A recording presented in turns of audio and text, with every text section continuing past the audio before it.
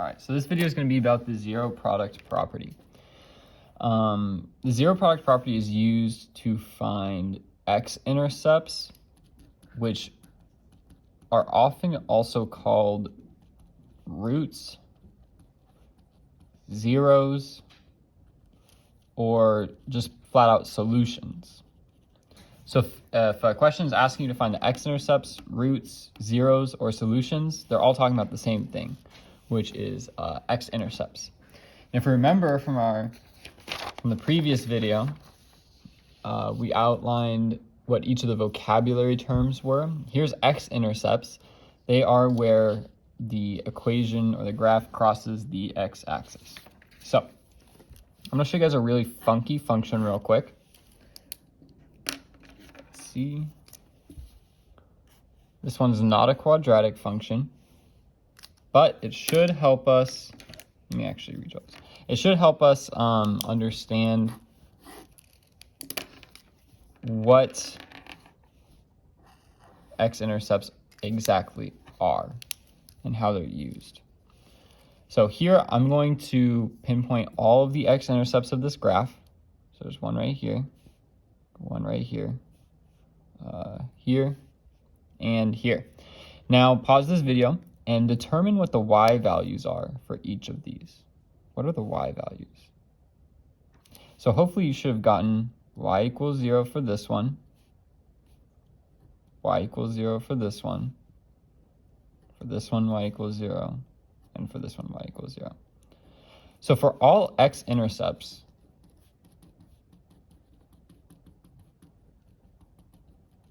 y is equal to 0. That's going to be really, really important coming up. So I think the best way to learn about this would be to just do an example. So this is from your week 14 worksheet. This is number 1. It says n squared plus 10n plus 25. And I'm going to change it just a little bit. Let's say they give you an equation where it looks like this, right? Y equals n squared plus 10n plus 25. So for this equation, actually, we're going to do number 2 instead. I like number 2. I like number 2 more. Y equals 3x squared minus 8x plus 5. So this is number 2. If it asks us to find the x-intercepts of this equation, we can do it without even graphing it. And the way that we're going to do it is we're going to factor first. So first things first, we're going to factor this equation. You guys should be used to factoring from chapter 4. That's the diamond and the box method. So doing the diamond, we have a times c on the top. That's 15x squared, negative 8x on the bottom. Find the factors of 15. So 1, 15, 3 and 5, and then 5 and 3, and then we start repeating. So I noticed that we have a positive number that when it's multiplied, and we have a negative number when we add them together. That tells me that both of these are going to be negative. So do any of these add up to equal negative 8x? The answer is yes. Be negative 3 and negative 5. I'm going to attach an x to each of those. So when we make our box, we have our ax squared down here, our c up here, and then we fill in what we got from our diamond, negative 3x and negative 5x. So what do 3x squared and negative 3x have in common? That would be 3x. What do 3x squared and negative 5x have in common? That would be just x. So x times what right here equals negative 5x. That'd be negative 5. And then 3 times what right here equals, 3x times what right here equals negative 3x. That would be negative 1. So what I can do is I can rewrite this equation in what we call factored form. So it'd be y equals x minus 1 times 3x minus 5. Now I want to take a quick 1 minute break from this problem, and I want to introduce the idea of the zero product property to you. So the zero product property, let me show you an example. So what's 5 times 0? Hopefully you said 0. What's 15 times 0? Hopefully you said 0. What's 100 times 0? 0. What's 1,000 times 0? 0. And then what's 9,999,999 times 0? That's just 0, right? So what this tells us is that if even one of the numbers that we're multiplying by is 0, I don't even care what the other one is, because I'll end up with 0 on this side, right? So the idea here is that here we have y equals x minus 1 times 3x minus 5. So we're trying to find the x-intercepts. Remember, for all x-intercepts, y equals 0. So what that means is we can plug in 0 for y. So instead of having y here, we're going to plug in 0. So 0 equals x minus 1 times 3x minus 5. And then returning to the zero product property idea, if even one of these is equal to 0, I don't care what the other one is because it'll satisfy my equation. So what we do from here is we split it up and we set each of these equal to 0.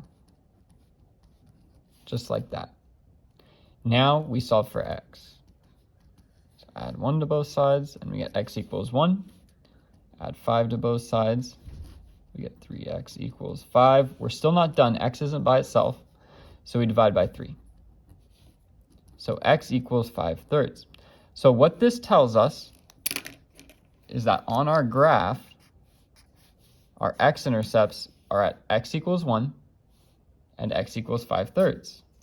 So if I were to write those as points, I would say my x-intercepts are at 1, well, we need a y value in order to have a point, right? We know what the x value is for one of the points, it's 1, right? But we need to know the y value. And what do you know? For all x-intercepts, y is equal to 0. So that tells me that my points should be 1, 0, and 5/3, 0. So one other thing is if we're looking for y-intercepts, we can do it very, very quickly if it's in standard form, the way that we've been seeing it in the previous chapters, where it's ax squared plus bx plus c. So it makes it really, really easy when it's in this form because your y-intercept is just your c value. So in this case, my y-intercept, remember, I want to label it as a point. I know y equals 5. What does my x equal for y-intercepts? Let's take a look back here at our graph. This is a y-intercept, right? X equals 0 for all y-intercepts. Remember we talked about this back here. For y-intercepts, x equals 0. So that tells me that the value for x should be 0. So my x-intercepts are at 1, 0, and 5/3, 0, and my y-intercept is at 0, 5. So with that information, it will help us a lot in sketching the graph because we know that we have a point here at like 1, 0 and a point at like 5/3, 0, which is right here. And then we have a point at 0, 5, which is about up here. So my graph would look something like this. Now, if we wanted to graph it accurately, we'd have to find the vertex, this point right here. We're not going to do that for this problem. We'll cover that in the next video. But we can make a sketch of it, a rough estimate of what the graph looks like. So this is the idea of the zero product property. First thing that we do is when we're looking for x-intercepts is we factor it. We use our box method. Then what we do is we split it, and then we set each side equal to 0, solve for it. We get our x values for our x-intercepts. Remember to put it back into point form. And then after that, we can return to the original equation and find the y-intercept. So the answer to this specific question is asking for the x-intercepts. So that would be my answer. That's about it for the zero product property. You're going to use it a lot, so make sure you're familiar with it.